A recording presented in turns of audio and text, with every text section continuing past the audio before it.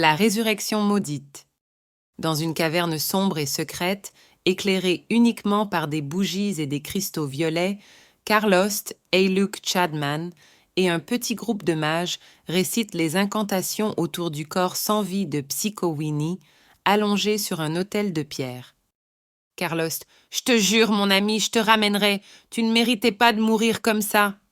Eiluk, concentré, tient l'artefact maudit, un pendentif doré incrusté d'une pierre noire qui semble absorber la lumière.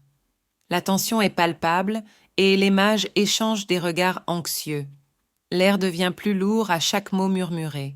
« Eiluk, nous approchons de la fin, préparez-vous. » Les énergies se concentrent et l'artefact libère une lumière sombre qui enveloppe le corps de Psycho Winnie. L'air se met à vibrer et soudain, ses yeux s'ouvrent. Psycho Winnie, faiblement.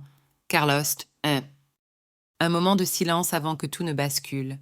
L'atmosphère change brutalement, la lumière sombre se distord et les chants deviennent chaotiques. Psycho Winnie se redresse, mais quelque chose ne va pas. Son regard est vide et son corps semble raide, comme contrôlé par une force extérieure. Karlost, non, non, qu'est-ce qui se passe? Psycho Winnie, maintenant debout, commence à tituber. Sa peau devient pâle, son corps se tord de manière inquiétante et une lueur maléfique s'échappe de ses yeux. Il est vivant, mais plus tout à fait lui-même. Psycho Winnie, voix distordue. Karlost, tu m'as ramené, mais pas comme il fallait. Ses vêtements violets commencent à se déchirer, laissant apparaître une peau grisâtre.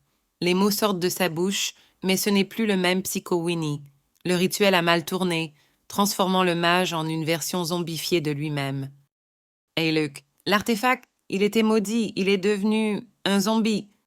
Alors que Psycho Winnie tente de contrôler sa nouvelle nature, il est pris d'assaut par des pulsions incontrôlables. Il cherche à dévorer des âmes et à drainer l'énergie de ceux autour de lui. La caverne devient un champ de bataille alors que ses anciens alliés tentent de l'arrêter sans lui faire trop de mal. Psycho Winnie, désespéré, « Aidez-moi, je ne veux pas être comme ça !» Mais son corps le trahit et il attaque violemment ceux qui l'ont ressuscité. Karlost, déchiré par la culpabilité, tente de le raisonner. Karlost, Psycho Winnie, arrête, nous allons trouver un moyen de t'aider, je te le promets. Mais il est trop tard. La malédiction qui habite Psycho Winnie le pousse vers la folie et ses gestes deviennent de plus en plus imprévisibles.